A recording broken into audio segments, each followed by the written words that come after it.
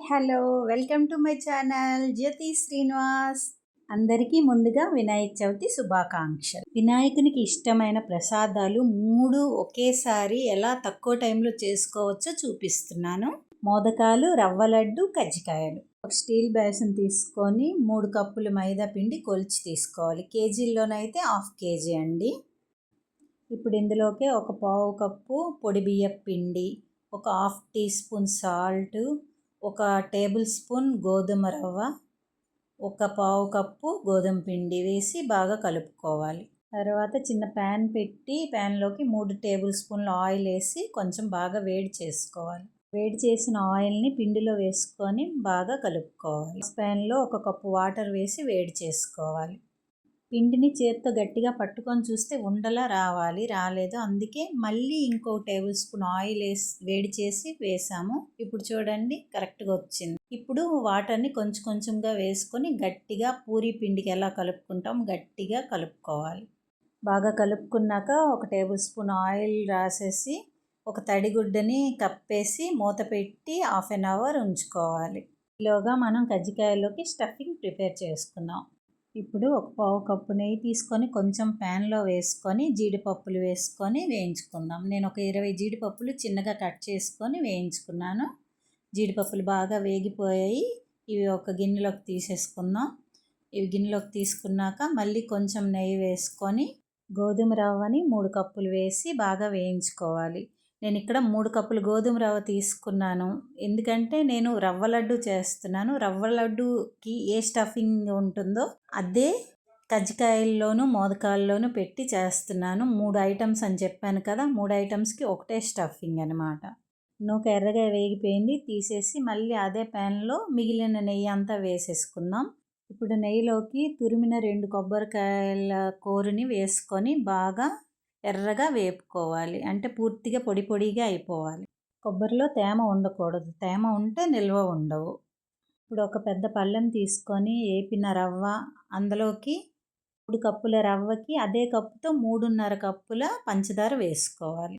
అలాగే ముందుగా వేయించుకున్న జీడిపప్పుని, పంచదార, ఇలాచి కలిపి చేసిన పొడిని 2 టీ స్పూన్లు వేసుకోవాలి. నేను 1/2 టీ స్పూన్తో 4 సార్లు వేసాను. అలాగే వేయించుకున్న కొబ్బరిని వేసి బాగా కలుపుకోవాలి.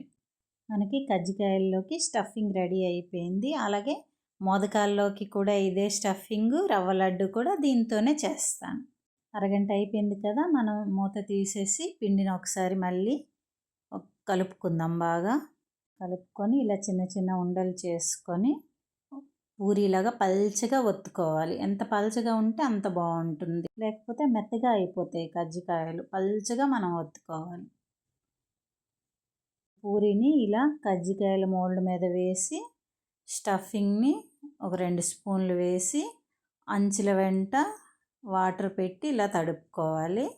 తడుపుకొని ఇప్పుడు దాన్ని క్లోజ్ చేసేసి కొంచెం ప్రెస్ చేయాలి. ప్రెస్ చేశాక చుట్టూ వచ్చిన మిగిలిన పూరీని నీట్గా తీసేసుకొని పక్కన పెట్టుకుంటే వాటితో మనకి ఇంకా చాలా కజ్జికాయలు అవుతాయి. చూడండి ఎంత నీట్గా వచ్చిందో, చూడడానికి చాలా బాగుంది కదా. ఇలాగే మనం అన్ని కజ్జికాయలు చేసుకోవాలి. కజ్జికాయలన్నీ రెడీ అయిపోయాయి. ఇదే పిండితో స్టఫింగ్ సేమ్ పెట్టి మోదకాలు కూడా చేశాను. చూడండి చేత్తోనే చేశాను. ఆ వీడియో మిస్ అయిపోయింది. ఇప్పుడు స్టవ్ మీద ఆయిల్ పెట్టుకొని వేడెక్కాక ఒక్కొక్కటి వేసుకోవాలి కజ్జికాయలు. చూడండి ఇలా ఒకటి ఒకటి వేసుకుంటే మీదకి ఇలా వచ్చి తేలుతాయి. మనం అలా తిప్పుతూ బాగా వేయించుకోవాలి. మరీ ఎర్రగా అవసరం లేదు, గోధుమ రంగు కలర్ వస్తే చాలు.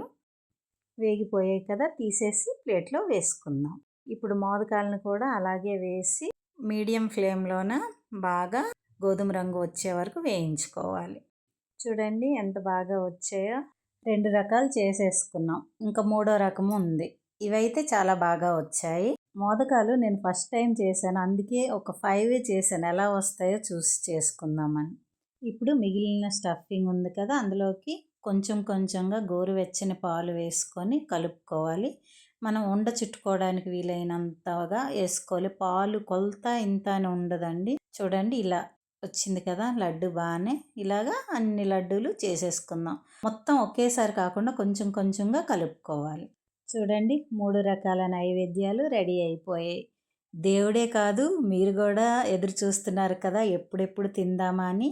మరి లేట్ ఎందుకు, మీరు కూడా ట్రై చేయండి. వినాయకునికి నైవేద్యం పెట్టండి.